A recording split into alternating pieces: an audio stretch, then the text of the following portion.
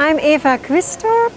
I'm standing here in Berlin in front of the Brandenburger Gate in the year 2025, and it's a special day and moment for me because tomorrow is my 80th birthday, and I'm happy that I can celebrate with many people in Germany and in Europe that the wall which has been standing here has been falling down in 1989 with the political work and citizens' struggles from my friends of East Germany, Poland, Czechoslovakia, Hungary, and with the reform policies of Gorbachev.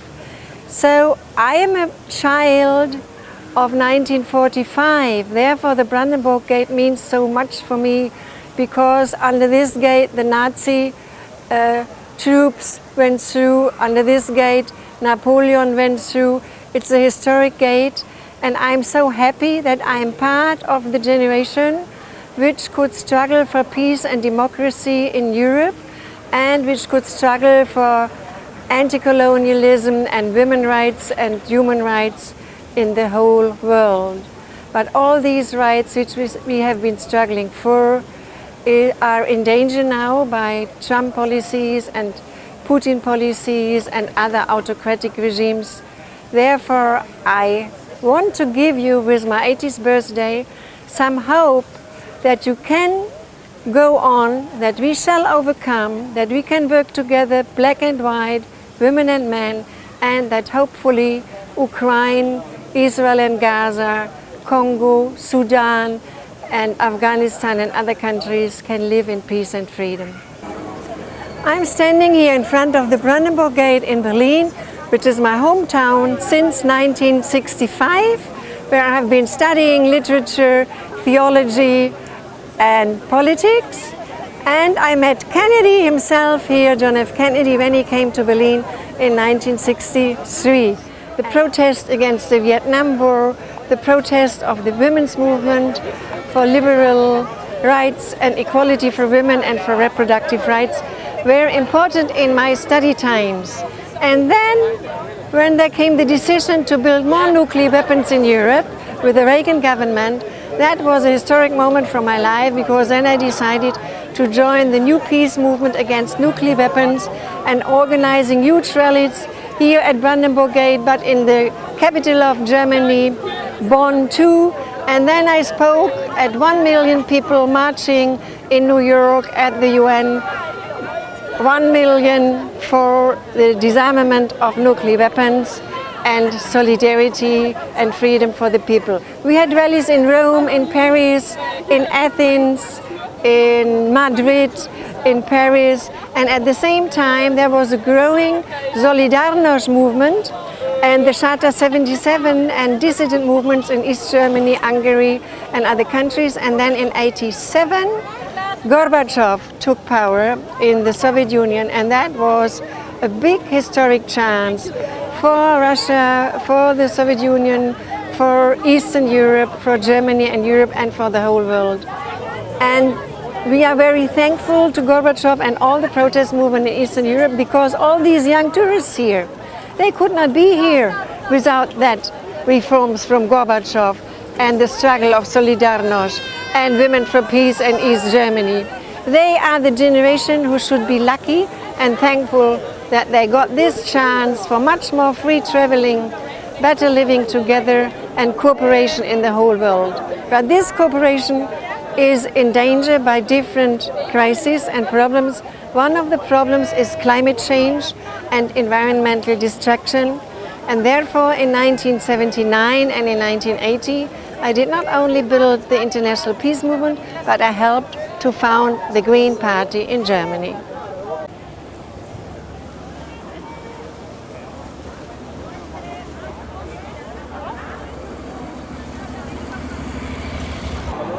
The Greens have been a new political party in many European countries, but in Australia and in the US and in an African country too, which is in a way relating to the democratic movements in Europe against absolutism, for press freedom and citizens' rights, which are coming from the 8th of March 1848. The Brandenburg Gate is not standing here alone, but you see here to the side the historic Parliament of Germany, which is a lot of history. And then if you look here, there is a figure which is saying, I am calling for peace. I am calling for peace. And behind that is a so-called victory column, where many tourists are going and not knowing what they are seeing. It's the victory column of the German-French War in 1878. And you can, so this place here is a composition of different times of history, and the figure, the angel there, calling for peace, should be the combining force for all this territory, because there you can see the monument for the discriminated and tortured and murdered Jews of Europe. This is a very important monument for German history too.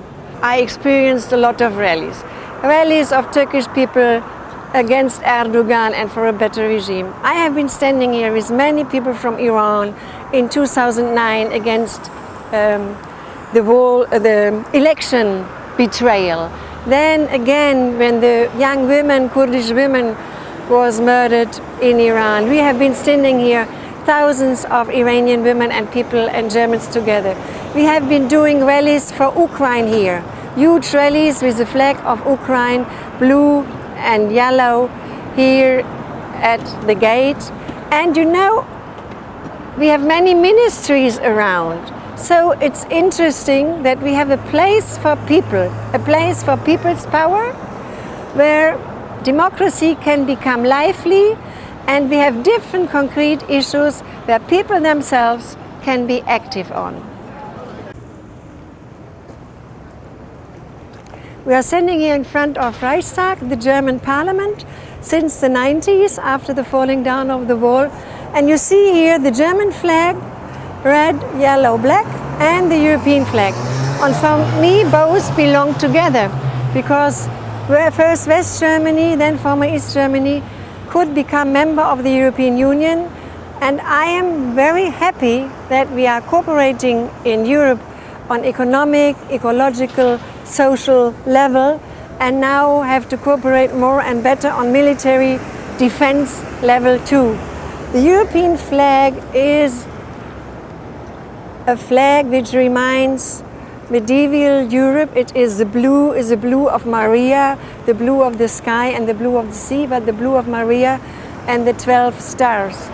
Now Europe is a rather multicultural country, and is a country where not just migrants within Europe, but migrants from other countries are living too. So you could say Europe and Germany both became more colorful. But we have always, it's not just easy, not just harmony, not just economic progress. We have to work hard on cooperation, integration, and European harmony. There are many conflicts because we have different histories, different economies, and what you can see in the media now, our different governments have to learn to do teamwork. And it's sad that Orban is not joining the team, but it's very good that we have now good German-Polish cooperation, that we have good German-French cooperation, and that England, though it went out of the European Union, is cooperating on many levels of European law and of defense policies too. I was very happy to become member of the European Parliament in 1989 because I like to speak different languages. I like to learn from other countries, and so I could give in many energies and many knowledge I had. And one of the examples is I have been part of deciding that a lot of products for eating and drinking in Europe now have the eco label. So if you see the eco label with a drink or with bread, remember me. Here we are standing on the other side of the Reichstag, and you see the wonderful, nice architectural modern design by a famous architect, which is very female, I think, and it's very democratic because it means that normal people can look inside and see what are they speaking, what are they doing. So it's a sign of transparency, and it's very nice in a female form. Standing here and here in front of the Chancellery of Germany and here the Parliament, and standing on an earth which is getting too dry, I have to remember the power and the intelligence of thousands of women which have been living history here. During the First World War, thousands, 10,000s of women have been standing here, going into strike against the arms industry. Resistance in Germany of women and other people against war and tyranny is not enough known in the world. But here was a huge women's rally against arms race and arms industry during the First World War. Then we have been doing women rallies here against nuclear energy. We have been doing huge women rallies here in the 80s against nuclear weapons. And then a new form of protest, which is very nice, was to do a picnic together. But a picnic where you have maybe music with you or where you have poetry with you. And then we have been picnicking in solidarity with some women who have been in prison. Like, for example, Women Now, an artist in Belarus, or women war resistors in Russia now, or women in Iran, or in early years, women in Chile in prison under the dictatorship of Pinochet. So it is a place like the House of the Cultures of the World there, where we can show that we like Berlin, but we know that we are living in a world together and that we have to find forms of solidarity, justice, press freedom, especially women's rights, that we can keep that world together and do not blow it up.